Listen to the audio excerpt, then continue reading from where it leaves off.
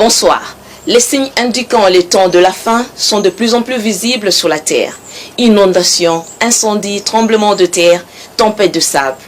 Des catastrophes naturelles en cascade se suivent depuis un certain temps partout dans le monde. Des inondations en Chine, en Inde et en Europe. Alors que de l'autre côté de la planète, ce sont des vagues de chaleur et incendies qui ravagent la partie ouest de l'Amérique. Où va le monde?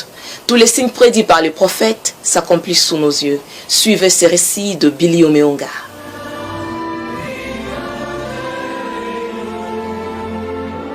Les commencements des douleurs, les voici. Des tremblements de terre à différents endroits. Le mugissement de la mer, des inondations meurtrières, des vagues de chaleur, des tempêtes de sable. Le monde est en train de chanceler.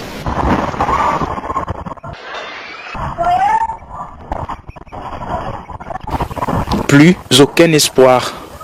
Tous les signes du temps de la fin, prédits par les prophètes, s'accomplissent devant nous.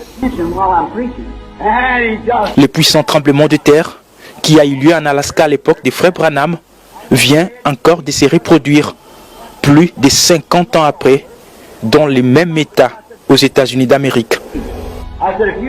Alors que de nombreuses catastrophes naturelles en cascade se succèdent en Sibérie, en Chine, en Inde, en Allemagne, en Grèce, en Belgique, au Canada et partout ailleurs. Des pluies torrentielles qui ont entraîné des inondations records avec des dégâts matériels et humains considérables.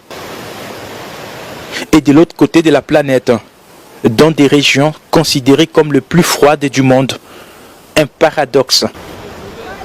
Ce sont des températures hors normes avec des vagues de chaleur qui déciment. Les incendies ravagent les hectares, ne laissant rien sur son passage. En Chine, des arbres déracinés, des maisons écroulées, une ville entière engloutie dans un nuage de poussière. La tempête tropicale, accompagnée des rafales de vent, soufflant jusqu'à près de 137 km/h. En Afghanistan, la guerre fait rage. Des milliers de familles fuient les combats au péril de leur vie. En RDC, hormis l'éruption volcanique à Goma, le mois dernier, le massacre continue dans la ville de Béni. Le monde bouge. Israël, l'horloge des dieux, se réveille. Ça fait 70 ans depuis qu'il est rentré dans sa mère patrie. Que reste-t-il encore avec autant de signes incontestables sous nos yeux? L'écriture est sur la muraille. Levons la tête, notre rédemption est proche.